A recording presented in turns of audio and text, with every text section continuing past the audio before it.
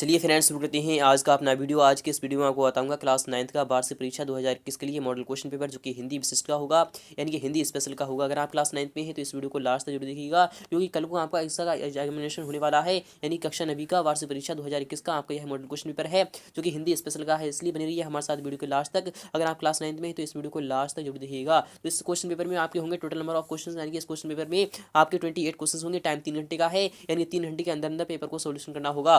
Total number of printed page यानी कि यह क्वेश्चन पेपर आपका 8 पेज में है। मैक्सिमम मार्क्स यानी कि 100 मार्क्स का आपका यह क्वेश्चन पेपर है।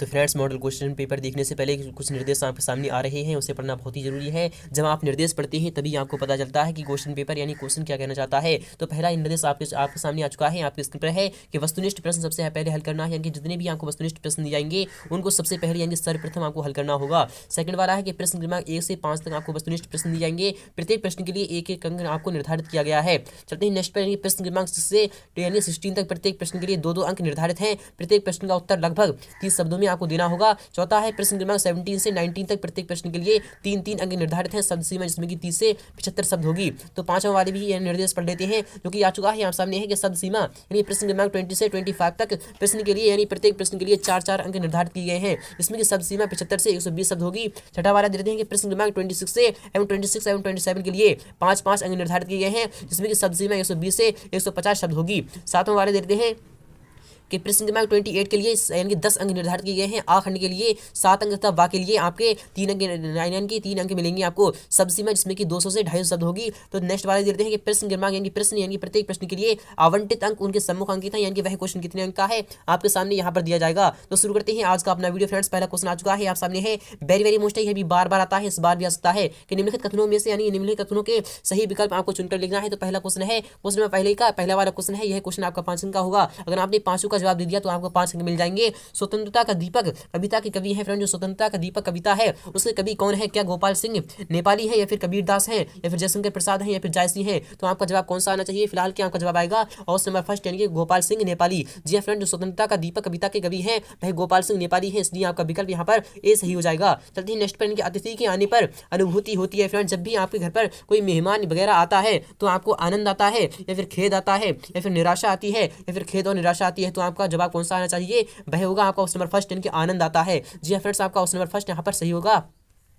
तो नेक्स्ट क्वेश्चन देते हैं, क्वेश्चन नंबर 3 भी आ चुका है, आप सामने वेरी मोस्ट है कि हमारी पृथ्वी को सूर्य की परिक्रमा करने में कितने दिन लगते हैं, यानी कितना टाइम लगता है? तो हमारी पृथ्वी को सूर्य की परिक्रमा करने में क्या 308 दिन लगते हैं, या फिर 365 दिन लगते हैं, या फिर 300 दिन लगते हैं, या फिर 370 दिन लगते हैं? तो आपका जवाब होगा ऑप्शन नंबर बी, यानी कि 365 दिन लगते हैं। फिलहाल क्या यहाँ पर होना चाहिए 365 दिन 4 घंटे, तभी तो एक साल में 365 यानी कि दिन होते हैं। चलते हैं नेक्स्ट पर, यानी दो वर्णों के मेल को कहते हैं। जब दो वर्ण यानी जब दो वर्ण मिलते हैं तो उसके मेल को क्या कहते हैं? क्या समास कहते हैं, या फिर अलंकार कहते हैं, या फिर संधि कहते हैं, या फिर प्रत्यय कहते हैं? तो आपको पता होगा दो वर्णों के मेल से आपकी संधि बनती है। जी हां फ्रेंड्स, आपका उस नंबर यहाँ पर सही हो जाएगा। चलते हैं नेक्स्ट वाले क्वेश्चन देखते हैं, क्वेश्चन 5 भी आ चुका है आप सामने। काव्य की शोभा बढ़ाने वाले तत्वों कहते हैं। फ्रेंड्स, जो काव्य की शोभा बढ़ाने वाले तत्वों क्या कहते हैं? क्या अलंकार कहते हैं, या फिर रस कहते हैं, या फिर छंद कहते हैं, या फिर स्थायी भाव कहते हैं? तो आपका जवाब यहाँ पर कौन सा होना चाहिए? वह होगा आपका ऑप्शन नंबर फर्स्ट, यानी कि अलंकार कहते हैं। जी फ्रेंड्स, काव्य की शोभा बढ़ाने वाले तत्वों को हम अलंकार कहते हैं, इसलिए आपका विकल्प पहला वाला सही हो जाएगा। तो नेक्स्ट क्वेश्चन देते हैं, क्वेश्चन नंबर 2 भी आ चुका है आप सामने, वेरी मोस्ट है। क्वेश्चन नंबर 2 क्या कहना चाहता है कि उचित शब्द का चयन कर रिक्त स्थानों की आपको पूर्ति करना है, यानी कि आपके सामने जो क्वेश्चन दिया रहे हैं, ऑप्शन दिया जा रहे हैं, उसमें से आपको छांटना है, तो वही आपका ऑप्शन यानी सही हो जाएगा। तो पहला क्वेश्चन है कि ज्ञानमार्गी धारा के कवि हैं। फिर जो ज्ञानमार्गी धारा के यानी जो कविता है उसके कवि कौन है? क्या जायसी है, या फिर कबीर है? तो आपका जवाब आएगा यानी कि जायसी है। जी हाँ फ्रेंड्स, आपका यहाँ पर जायसी आ जाएगा। चलते हैं नेक्स्ट वाला भी क्वेश्चन देते हैं, क्वेश्चन नंबर 2 है कि गंगा नदी की पहली तथा बड़ी सहायक नदी है। फ्रेंड्स, जो गंगा नदी होती है यानी जो गंगा नदी है उसकी पहली तथा सबसे बड़ी सहायक नदी कौन सी है? क्या यमुना है, या फिर नर्मदा है? तो आपका यहाँ पर जवाब कौन सा आना चाहिए? भाई आएगा यमुना है। जी फ्रेंड्स, यमुना नदी एक ऐसी नदी है जो कि गंगा नदी की पहली तथा सबसे बड़ी सहायक नदी होती है, यानी कि वह उसकी सहायता करती है, इसलिए आपको यहाँ पर यमुना आ जाएगा। चलते हैं नेक्स्ट पर, कि महाराणा प्रताप की तलवार अजब विषैली थी, गिलहरी थी, या फिर नागिन थी? तो आपका जवाब आएगा यानी कि नागिन थी। जी हाँ फ्रेंड्स, महाराणा प्रताप की तलवार अजब विषैली नागिन थी, इसलिए आपका यहाँ पर जवाब आना चाहिए नागिन। क्वेश्चन नंबर 4 भी देखते हैं, सदाचार का विलोम होता है यानी सदाचार होता है यानी किसी का सम्मान करना, सदाचार का यानी कि अपोजिट होता है यानी विलोम होता है, क्या दुराचार होता है या फिर कदाचार होता है, तो आपका यहाँ पर जवाब आएगा यानी दुराचार होता है, यानी सदाचार किसी का सम्मान करना, दुराचार किसी का अपमान करना, इसलिए यहाँ पर आ जाएगा आपका दुराचार। चलते हैं नेक्स्ट पर, यानी छंद प्रकार के होते हैं पेरेंट्स, जो छंद होते हैं वह कितने प्रकार के होते हैं, क्या 2 प्रकार के होते हैं या फिर 4 प्रकार के होते हैं, तो आपको पता होगा कि छंद 4 प्रकार के होते हैं, इसलिए आपका विकल्प यहाँ पर 4 आ जाएगा। चलते हैं नेक्स्ट वाले क्वेश्चन देखते हैं, क्वेश्चन 3 भी आ चुका है यहाँ सामने है, वेरी वेरी मोस्ट है जो कि बार बार आता है, इस बार भी आ सकता है, मैं आपको इसका फुल सॉल्यूशन दे रहा हूँ। उम्मीद करूंगा आपको वीडियो बहुत ही अच्छी लग रही होगी, अगर वीडियो अच्छी लग रही है तो वीडियो को लाइक करना, शेयर करना बिल्कुल भी ना भूलें फ्रेंड्स। स्तंभ आ और स्तंभ बा आपके सामने आ चुका है, तो पहला है कि सुजान, यानी कि सुजान जो है वह किसकी यानी किसकी कविता है फ्रेंड्स, यानी कि जो सुजान है उसकी कृति के लेखक कौन है, तो वह है शरद जोशी। जी हाँ फ्रेंड्स, शरद जोशी की जो कृति है सुजान नामक की, यानी सुजान नामक जो कृति है वह शरद जोशी की है। अंधों का हाथी जो फ्रेंड्स, जो अंधों का हाथी है वह कौन है, तो वह घनानंद, यानी घनानंद को अंधों का हाथी कहा जाता है, यानी कि यह इसकी कृति के लेखक हैं। चलना आगे बढ़ना मनुष्य का यह क्या कहलाता है, तो यह कहलाता है स्वाभाविक धर्म है। जी हाँ फ्रेंड्स, यह यानी कि चलना आगे बढ़ना मनुष्य का यह स्वाभाविक धर्म है। भूमि क्या है, यानी जो भूमि है वह क्या है, तो भूमि एक धरा है, यानी जिस पर हम रहते हैं उसे धरा यानी कि घर कहते हैं। चलते हैं नेक्स्ट पर, रामचरित मानस, फ्रेंड्स जो रामचरित मानस है वह क्या है, वह एक महाकाव्य है। जी हाँ फ्रेंड्स, आपका महाकाव्य होगा, यानी कि यह क्वेश्चन वेरी वेरी मोस्ट था, यह आप इसे विस्तार के साथ समझ लीजिए। क्वेश्चन नंबर 4 भी देते हैं, ये रहा आपके सामने क्वेश्चन नंबर 4 है कि निम्नलिखित वाक्यों के लिए सत्य और असत्य आपको बताना है, यानी ट्रू फॉल्स बताना है आपको। क्वेश्चन नंबर 1 है कि कभी वृंद का पूरा नाम वृंदावन था, क्या यह सत्य है। जी हाँ फ्रेंड्स, बिल्कुल सही बात है। चलते हैं नेक्स्ट पर कि बड़े घर की बेटी एकांकी विधा है। जी हाँ फ्रेंड्स, बिल्कुल सही बात है। विक्रम साराभाई यानी कि भारत के एक महान वैज्ञानिक थे, यह भी आपका सही होगा। चलते हैं नेक्स्ट में, छक्के छुड़ा देना मुहावरे का अर्थ है हरा देना। जी हाँ फ्रेंड्स, बिल्कुल यह भी सही होगा। 3 यानी कि 3 वर्णों के समूह को गढ़ कहते हैं, क्या यह सत्य है, नहीं दोस्तों यह आपका इनकरेक्ट होगा।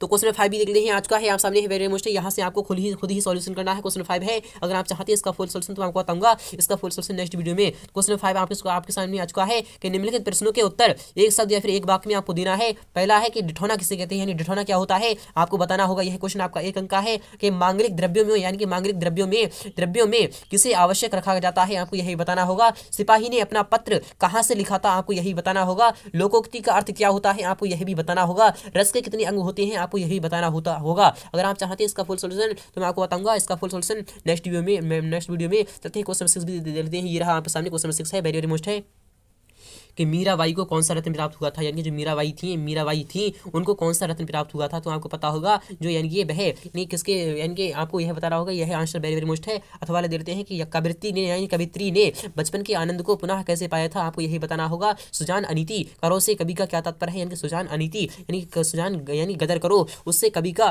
क्या मतलब होता है, आपको यह विस्तार के साथ बताना होगा, क्योंकि यह क्वेश्चन 2 अंक का है। इसमें शब्द सीमा यानी कि 30 शब्द होना चाहिए, मिनिमम 30 शब्द होना चाहिए, मैक्सिमम आपके 75 शब्द भी हो सकते हैं। और सच्चे मित्र की क्या पहचान है, यानी सच्चे मित्र जो होते हैं वह आपके दुख और सुख यानी दोनों में साथ देते हैं, और जो यानी कि जो बेकार मित्र होते हैं वह आपका सिर्फ और सिर्फ यानी कि दुख में काम नहीं आते हैं, हमेशा सुख में ही काम आते हैं, इसलिए आपका यहाँ पर जवाब होना चाहिए ये वाला। चलते हैं नेक्स्ट वाले भी क्वेश्चन देते हैं, क्वेश्चन नंबर 8 भी आ चुका है यहाँ सामने। क्वेश्चन नंबर 8 है कि कवि ने धरती में क्या बोया था, फ्रेंड्स जो कवि है उसने धरती में क्या बोया था, तो आपको पता होगा कि कवि ने धरती में पैसे बोए थे। जी हाँ फ्रेंड्स, कोई पेड़ नहीं बोया था बल्कि उसने पैसे बोए थे, कि वह चाहता था कि पैसों का भी पेड़ उगे, इसलिए आपका यहाँ पर जवाब क्या आना चाहिए, यानी कवि ने धरती में पैसे बोए थे।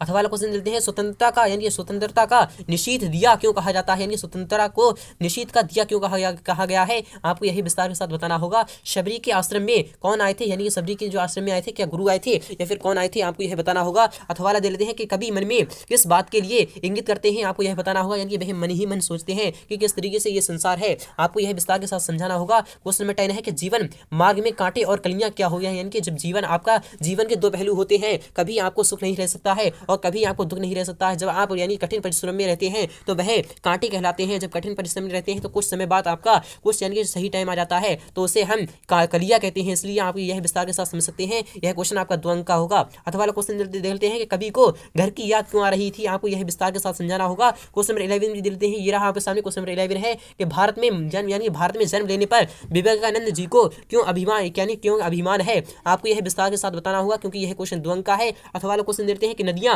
हमारे जीवन के किस कक्ष को यानी किस पक्ष को समृद्ध करती हैं, आपको यही विस्तार के साथ बताना होगा। अथवा क्वेश्चन नंबर 12 है कि लेखक के अनुसार मैना कौन सा यानी कैसा पक्षी है, आपको यह विस्तार के साथ बताना होगा। अथवा वाला क्वेश्चन है कि चित्तौड़ में दीपदान का उत्सव क्यों मनाया जा रहा था, आपको यही बताना होगा। क्वेश्चन नंबर 13 है कि आनंदी का विवाह किसके साथ हुआ था, आपको यही बताना होगा। यह क्वेश्चन वेरी वेरी मोस्ट है। अथवा वाला क्वेश्चन देखते हैं कि मनोहर और रामेश्वरी का क्या रिश्ता था, आपको यही बताना होगा। क्वेश्चन नंबर 14 है कविता के कितने पक्ष होते हैं, आपको यही बताना होगा। क्वेश्चन अथवा वाला है ये रहा आपके सामने है कि प्रबंध काव्य के कितने भेद होते हैं, आपको यही भी क्वेश्चन सॉल्व करना होगा। यह क्वेश्चन आपका 2 अंक का है। क्वेश्चन 15 है कि पेड़ पौधे हमारे लिए किस प्रकार फायदा देते हैं, आपको यह विस्तार के साथ बताना होगा, क्योंकि यह क्वेश्चन आपका 2 अंक का है। तत्सम शब्द आपको लिखना है कोई 2, यानी तो कोई 2 आप तत्सम शब्द लिख दीजिए, आपका आंसर हो जाएगा। चलते हैं क्वेश्चन 16 देखते हैं। ये रहा आपके सामने है कि तद्भव शब्दों को पहचान कर आपको लिखना है कोई 2।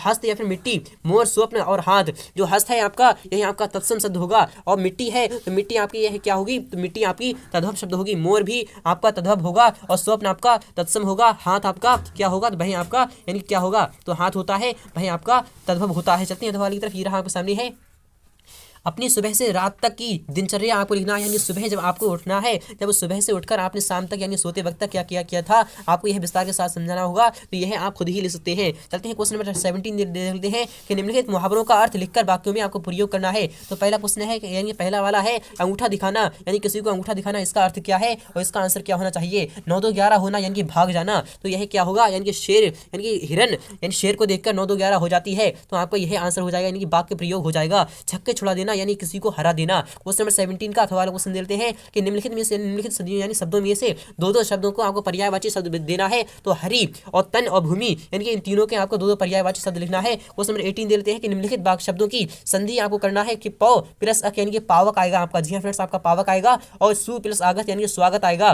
देव प्लस आला यानी देवालय आएगा आपका। अथवा वाला क्वेश्चन देते हैं कि तत्सम शब्द की आपको परिभाषा देना है, यानी तत्सम शब्द किसे कहते हैं, आपको इसकी परिभाषा देना है। क्वेश्चन नंबर 19 है कि खंडकाव्य और महाकाव्य में आपको अंतर देना होगा। यह क्वेश्चन आपका 3 अंक का है।